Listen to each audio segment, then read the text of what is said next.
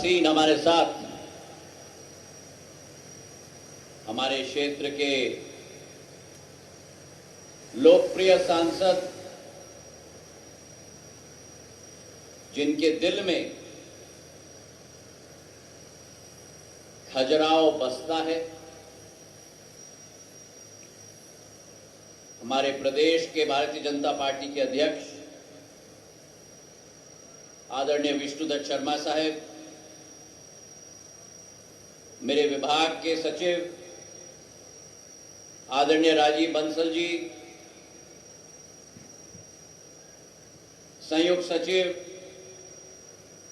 असंगबा चुबा जी, अनिल गुप्ता जी, भारतीय विमानतल प्राधिकरण के ईडी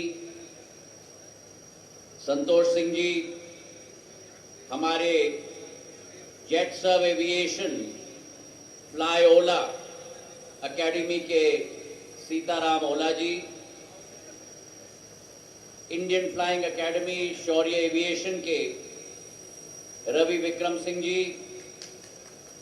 ललिता यादव जी, मलखान सिंह जी, राजेश शुक्ल जी, प्रदुम लोधी जी, उमेश शुक्ल जी, मुकेश चौधरी जी, हमारी जिला पंचायत की अध्यक्षा विद्या अग्निहोत्री जी, जसवंत जाटव जी, मेरे नौजवान दोस्तों जो देश के कोने कोने से आज इस कार्यक्रम में उपस्थित हैं, जो भविष्य में केवल प्लेन की उड़ान नहीं लेकिन भारत की उड़ान को नई ऊंचाइयों तक ले जाएंगे। और मेरे दोनों एकेडमी के सभी सम्मानीय मेरे महानुभावगण, आज हमारे लिए खजुराहो में एक ऐतिहासिक दिन है और एक ऐतिहासिक दिन एक ऐतिहासिक स्थान में जो खजुराहो भारत की संस्कृति की नींव रही है। खजुराहो में प्राचीन एवं मध्यकालीन मंदिरों की देश की नहीं लेकिन अतिशयोक्ति नहीं होगी कि विश्व भर की सबसे बड़ी पूंजी है। और ये समय की मांग है, समय की पुकार है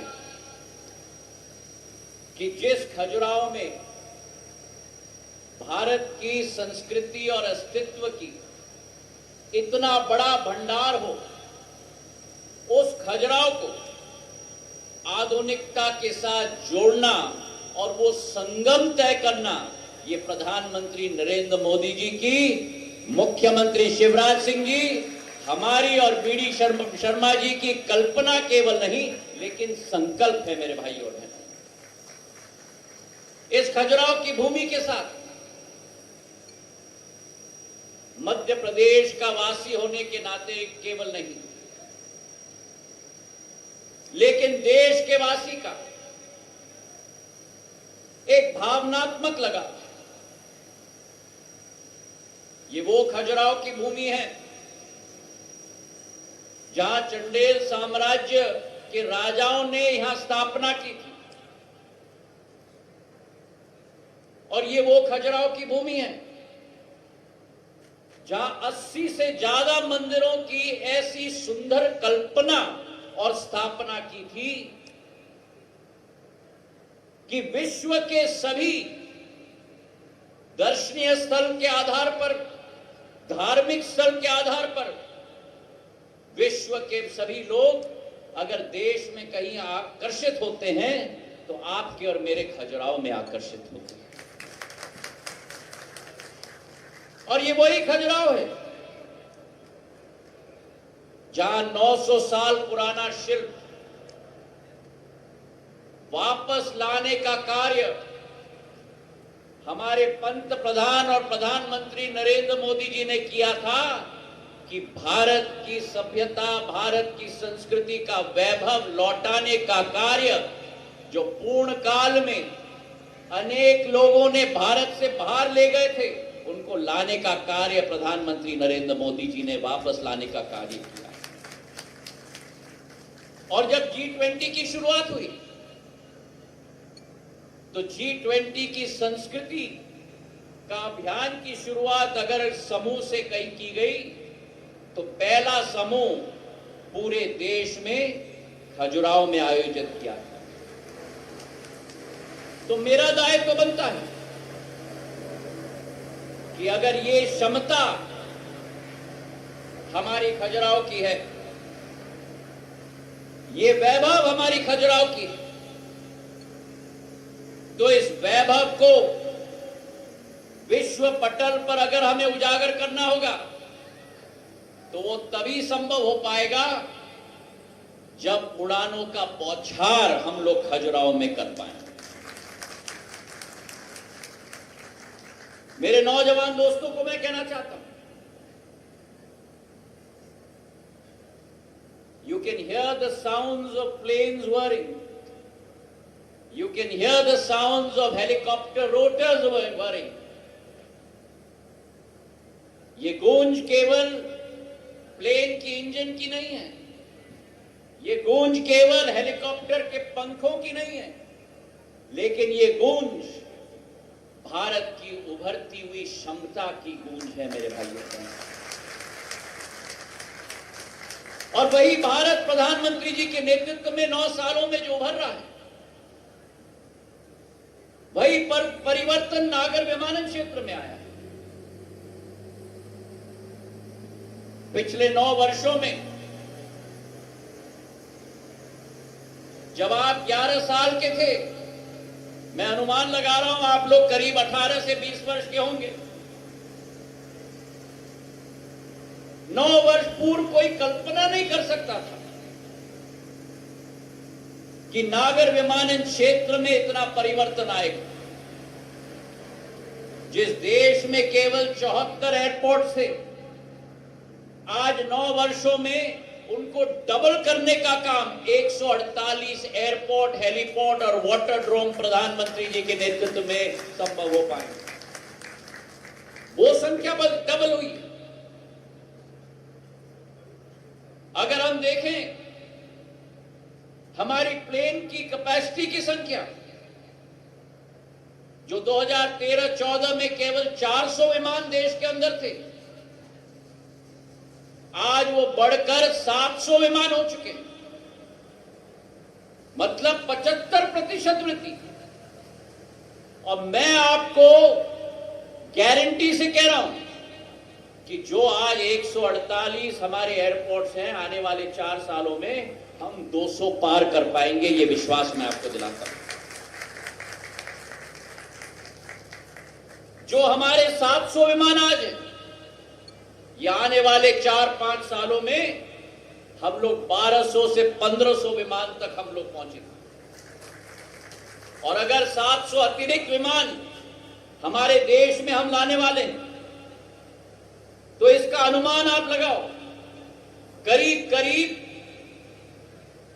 2000 से 3000 पायलट्स की जरूरत होगी। और अगर 2000-3000 पायलट्स की जरूरत होगी, तो मानव संसाधन की श्रृंखला को अगर हमें बढ़ाना होगा, तो फ्लाई ओला जैसी एकेडमी, इंडियन फ्लाइंग एकेडमी जैसी संस्थाओं को देश भर में हमें आगे बढ़ाना होगा। और इसलिए जब नागर विमानन मंत्रालय की जिम्मेदारी मुझे दी गई, सामान्य तौर पर लोगों का ध्यान केवल एयरपोर्ट पे जाता है, सामान्य तौर पर लोगों का ध्यान केवल प्लेन्स पर जाता है, पर वो एयरपोर्ट्स और प्लेन्स की क्षमता तभी सफल हो पाएगी जब मानव संसाधन की क्षमता को हम लोग बढ़ा पाएंगे। और इसलिए जब 2016 में हमारे देश में केवल 28 फ्लाइंग एकेडमीज थी, आज फ्लाईओला जैसे एकेडमीज की वजह से, शौर्य एविएशन और इंडियन फ्लाइंग एकेडमी जैसी संस्थाओं की वजह से, जो 28 2016 में थी, आज 7 साल बाद आज 57 फ्लाइंग एकेडमीज पूर्ण रूप से देश में एक्टिव हो चुकी है।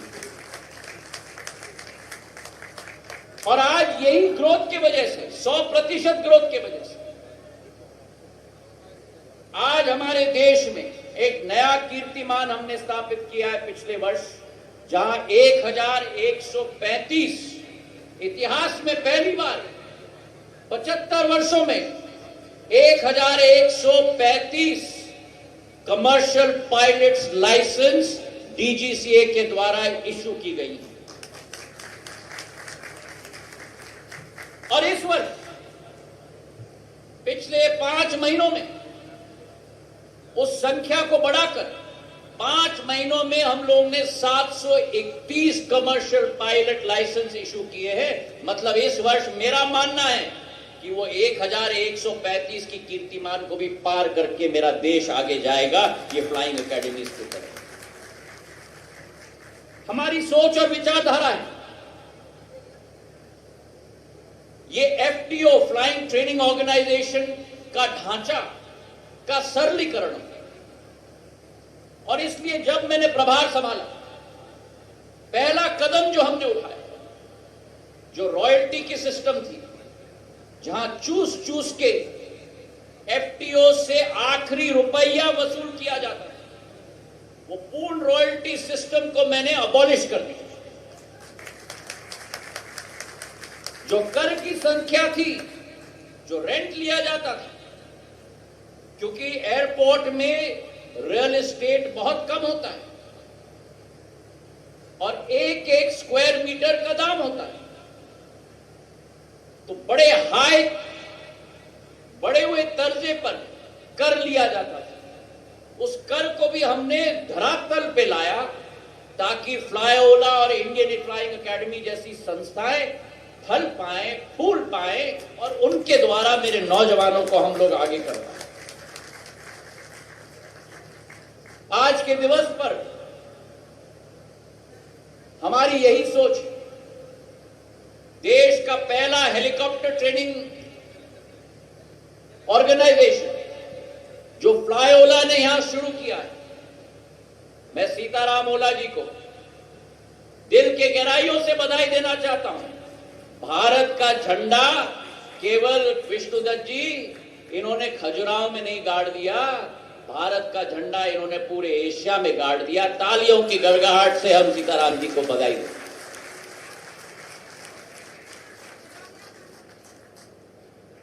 मैं सोच रहा था कि ऐसा नाम फ्लाईओला मैंने कभी सुना नहीं। मैं सोच रहा था कि फ्लाईओला नामांकन क्यों किया गया, और फिर यहां पहुंचकर सीताराम ओला जी से मुलाकात हो गई। तो एक तरफ फ्लाई है, दूसरे तरफ इनका नाम है ओला, तो दोनों जोड़ के फ्लाईओला हो गया। और क्या अद्भुत दृश्य आज हमको देखने को मिला है।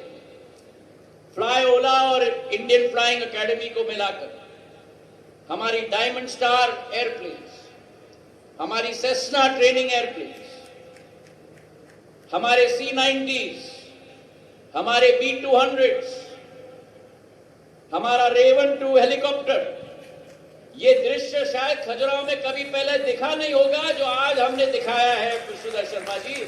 और दोनों संस्थाओं को मैं अपने दिल के गहराइयों से बधाई देना चाहता हूं।